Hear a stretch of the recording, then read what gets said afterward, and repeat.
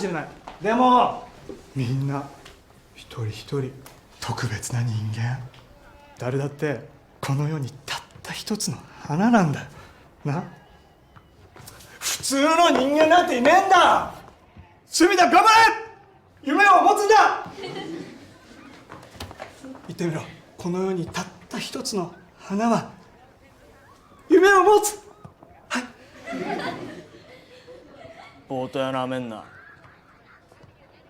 普通最高。隅田君、息出し。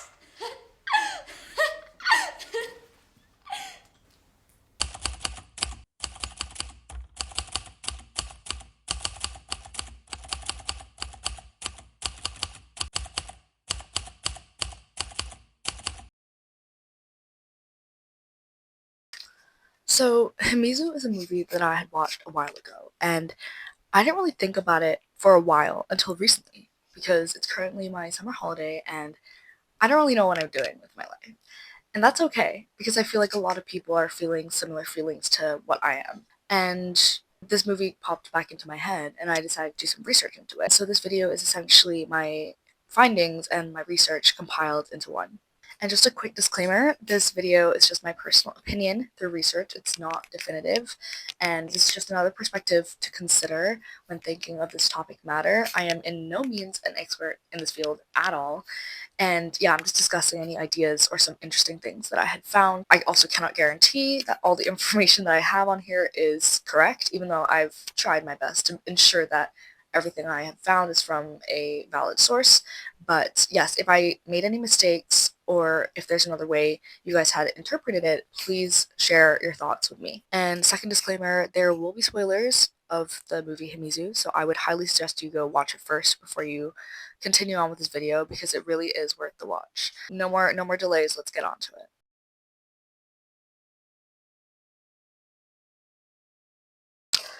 Himizu was originally a manga written in the early 2000s during Japan's lost decade, and this was a rather depressive period of economic stagnation for Japan that began early in the 1990s and extended to the 2000s. And production for this film was set to begin in early 2011, with a script that closely followed the happenings of the manga. But then,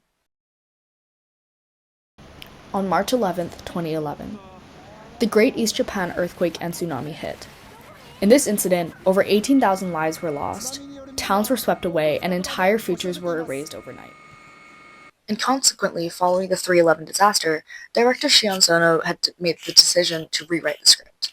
And rather than sensationalizing the disaster, he wanted to use this opportunity and take it to prompt viewers to reflect on the events, and also to provide a pillar of emotional support for those who were suffering from post-disaster consequences. The movie was finally released in 2012 upon the script revisions, and now that we've talked about the context, let's dive into the movie.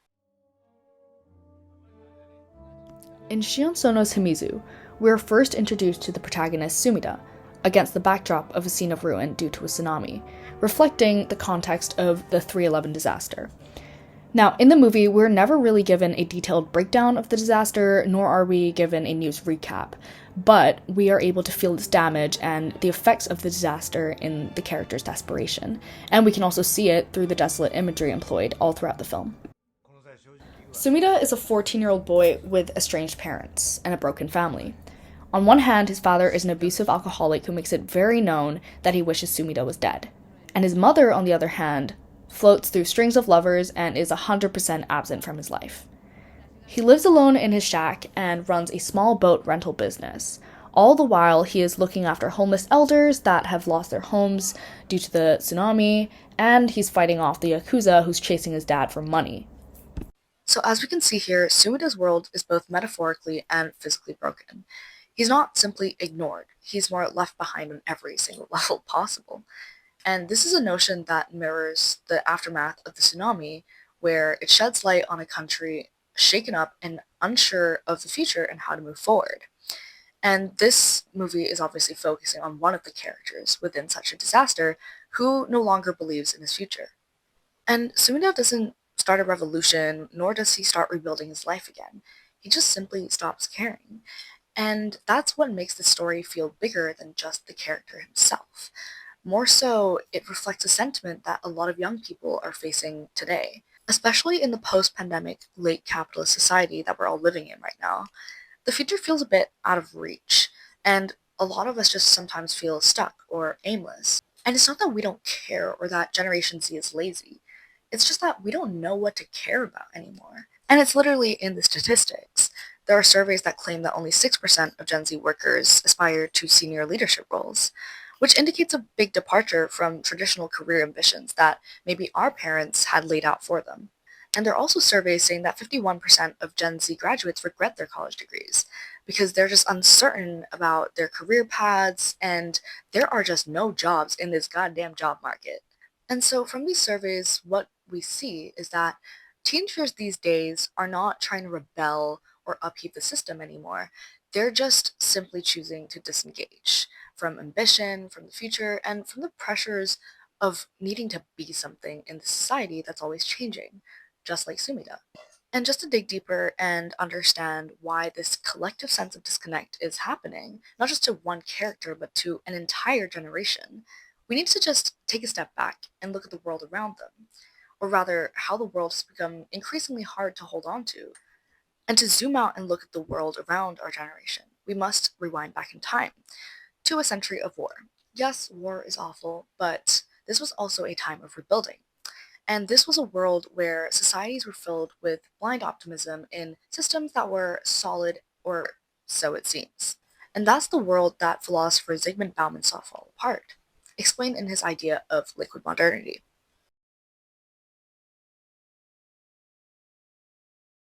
Zygmunt Bauman was a Polish sociologist born in 1925, and he lived through an era that he would later coin solid modernity, which is also known as the post-World War II era. And this was a time And this was a time of stability. Economic booms brought mass employment, and roles in society were very much clearly defined. You were either a worker, a parent, a citizen, and life followed a very clear script. You get a job, you build a family, and you retire with a pension. And Bauman himself experienced this structure firsthand. He worked under Poland's communist system where everything had a designated place. You didn't ask, who am I? You were allocated a role and you had to stick to the role. Sorry, my microphone died. But in 1968, after being expelled from the military, Bauman moved to the UK, and this was where he saw the world shift from an era of solid to liquid. Bauman lived in the UK from the 1980s up till his death in 2017. And the 1980s to the 2000s marked a period of significant change, and this was where Bauman saw old structures dissolve and completely collapse. In this era, we oversaw changes like globalization, we saw the rise of neoliberalism.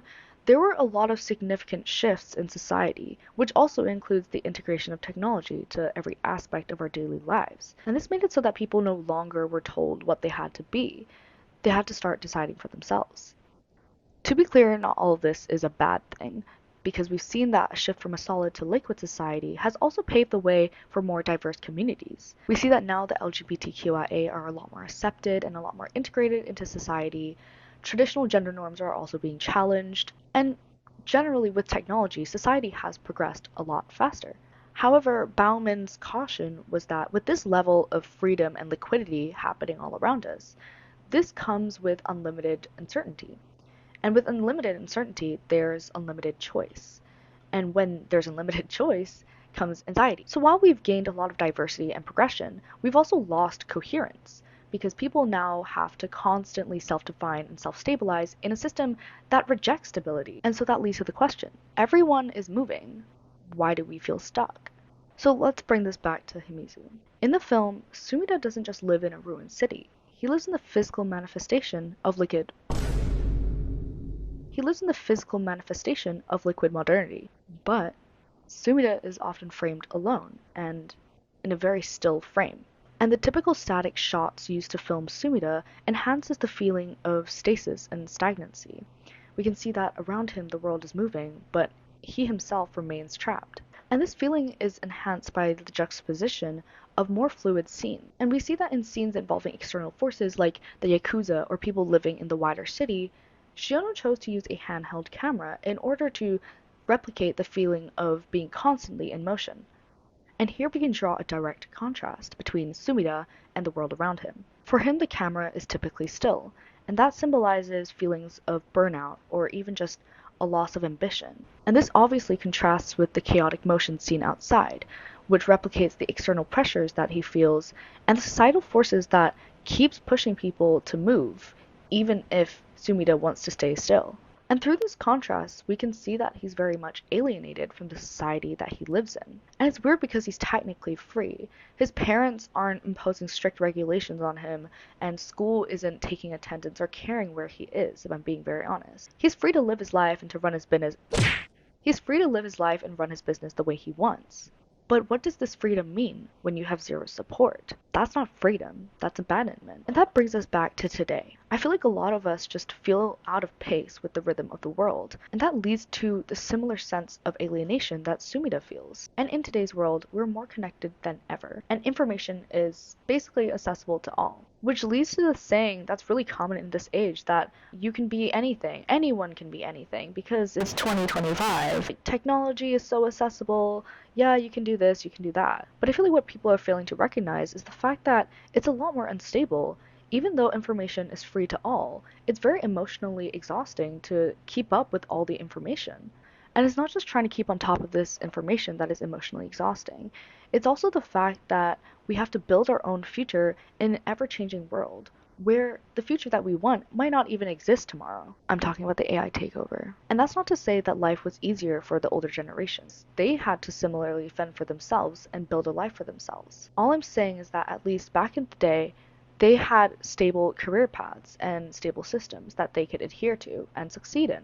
The issue with right now is that the future is so fragmented, and AI could literally come swoop in and take your dream job tomorrow, and you wouldn't even know it. And that's what Bowman is talking about in his theory of liquid modernity. The rules of the game are just changing faster than anyone can adapt. Careers can change in the blink of an eye, expectations are always rising, and you never arrive at a goal. And I feel like it's because of this that mental health is so awful in this generation. As data has stated, Gen Z reports the highest levels of anxiety and depression in recorded history. And around 40% of Gen Z report experiencing depression or feelings of homelessness, which is nearly double the rate of older generations. So we have digressed a little bit to talk about mental health, but it kind of links to what I want to talk about next. Since Bowman has showed us how the external support system has collapsed because no one's out to help you anymore. The system is just changing on its own, and it's your responsibility to adapt. It's also important now to shift to look internally, and I'll be doing that through exploring the ideologies of South Korean philosopher,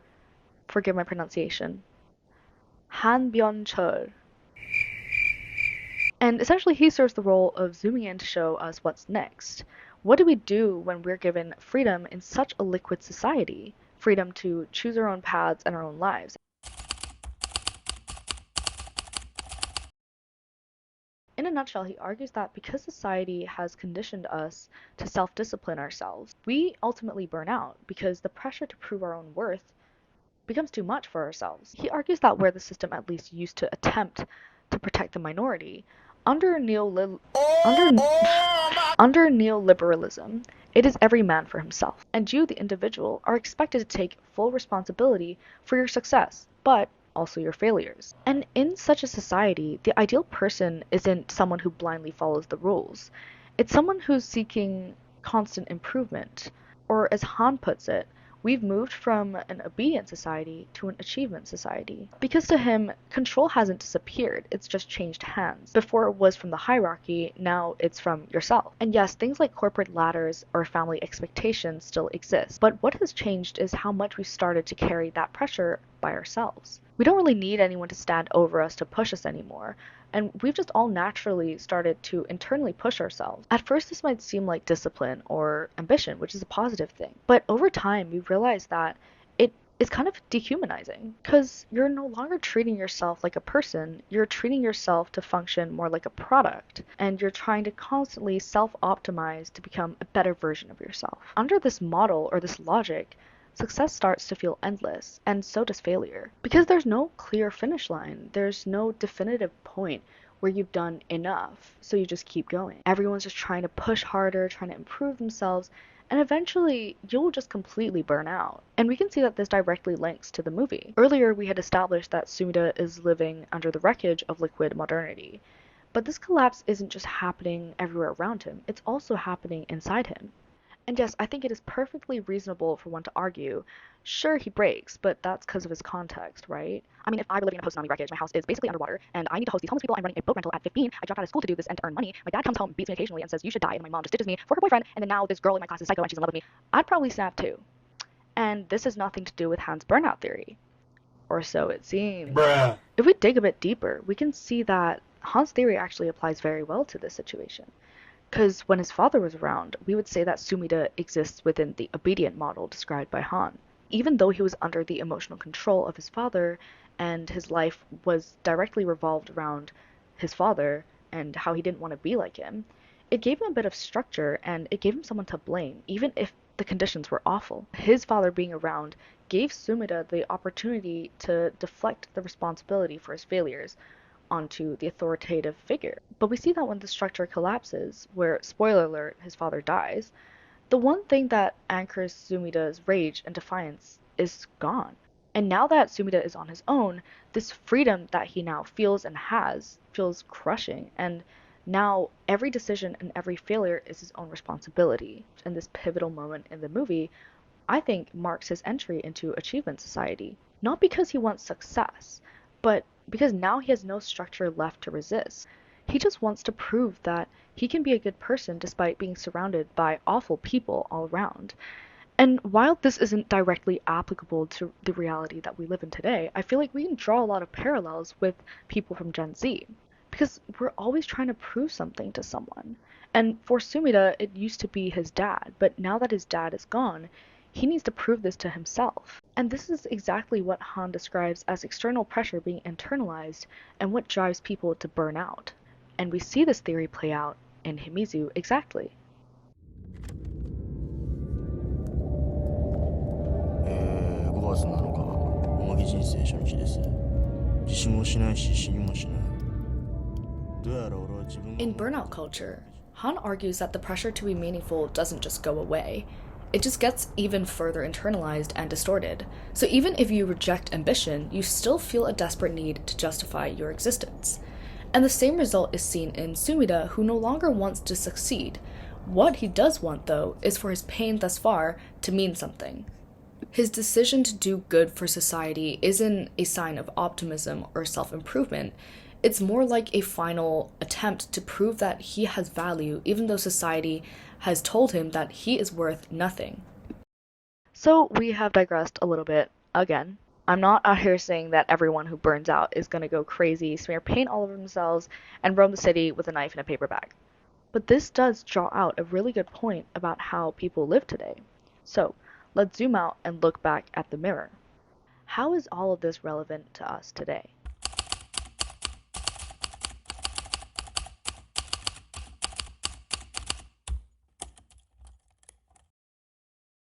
In a generation where everyone is a founder of the next AI company at age 17, we've been raised to believe that if we're not doing just that, or literally inventing the next nuclear fission reactor, something meaningful or something impressive, then we're falling behind. And this is just something that will continuously happen as a perpetual cycle and will ultimately wear us down. Just from a more personal lens, like let's just have a conversation here. I feel like most people nowadays don't want to be CEOs. None of us dream to be, except for that one kid maybe. But no one is thinking, right, Facebook, Mark, I'm coming for you. You know, like no one's thinking that. Now our goal is to have our existence mean something.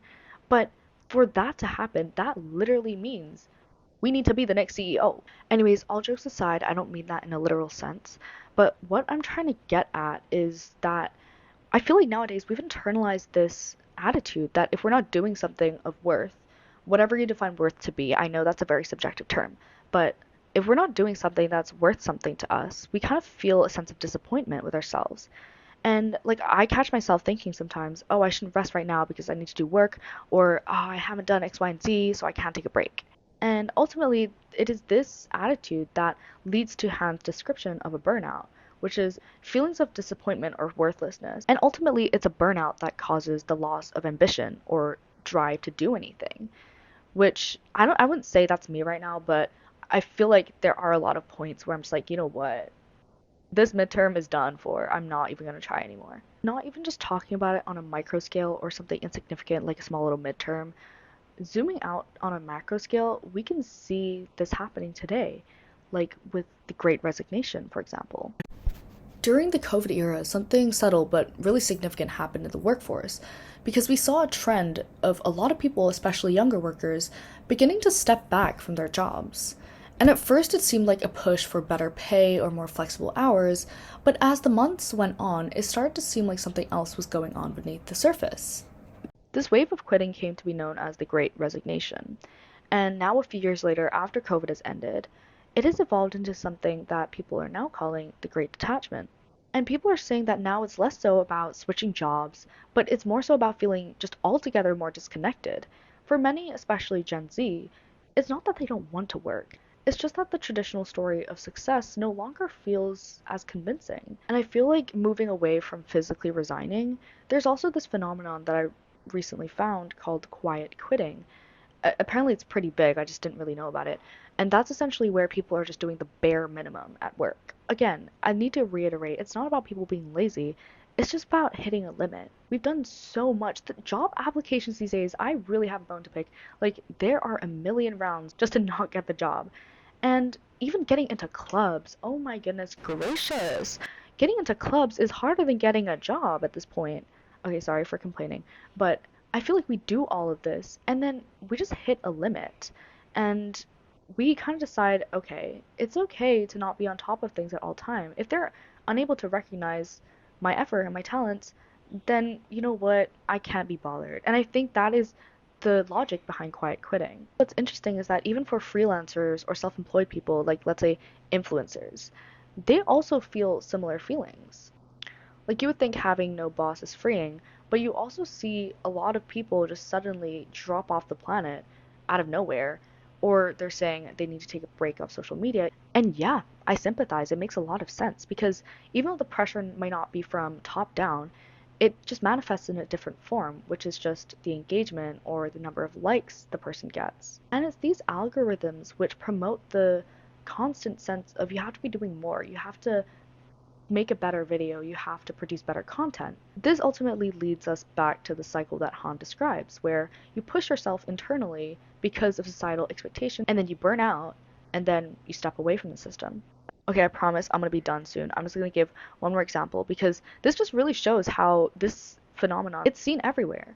And my example is before I started university. Pressure of needing to have my shit together and just like knowing exactly what I have to be doing and having a group of friends. And then I came across the concept of these freshers pages, which is essentially a website of people going into a university and they just post themselves.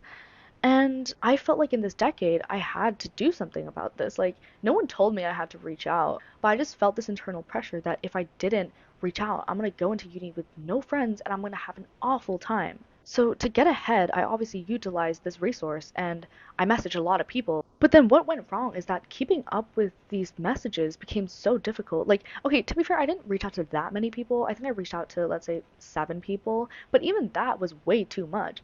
Like, I had exams coming up and I started feeling really guilty because I would leave these people undelivered for weeks. But yeah, what started out as casual chatting slowly turned into a kind of emotional homework to me.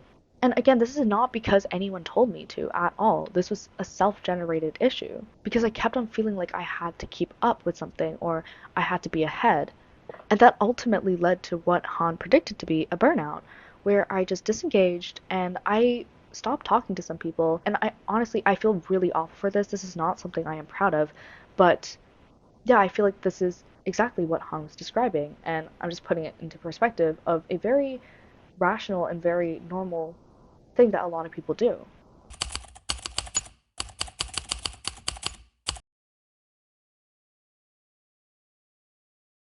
Okay, just to summarize everything and just to like wrap it all up. In an age of unlimited possibilities, the youth nowadays, they are not given a single moment of tranquility, and we're expected to move at unprecedented paces, which is also causing us to impose these internal disciplinary measures on ourselves to feel like we're worth something. However, the issue that both philosophers have highlighted is that this freedom to be anything without support at all isn't really freedom. It's kind of like saying, okay, I have no driver's license, no need to rub it in, but like you suddenly tell me, yeah, you gotta drive. And yeah, some people figure it out. Some people are able to thrive in such an environment of change and liquidity. But even then, their success usually comes at costs that we don't know. That could be their mental health or their social life. It could be a lot of things that we just don't know about and are compromised every single time they're trying to chase the next big thing. And more importantly, though, is that these stories are usually an exception. There are not that many people that embrace change like that, and this system still leaves most people very overwhelmed and silently burning out. And I think it is important to think about this in another perspective to say that starting to say, I don't know what I want to do with my life, isn't the beginning of your next midlife crisis or your next existential crisis or even quarter life crisis. Maybe it's the first step out of a collapsing system. It is a precautionary measure to stop yourself from burning out. Okay, so I know I've essentially just complained low-key about a lot of aspects of society, whatever. On a more positive note, what to make of all of this?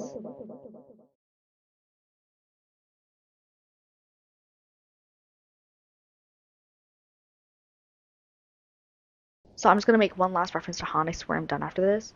But Han suggests that the most radical thing for us to do nowadays is to slow down and to just reject this endless chase of excellence, whatever that might mean to you.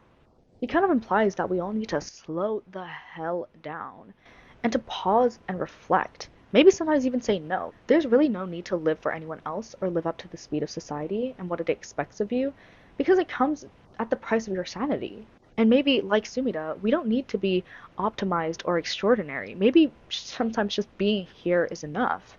And from there, maybe something real can grow.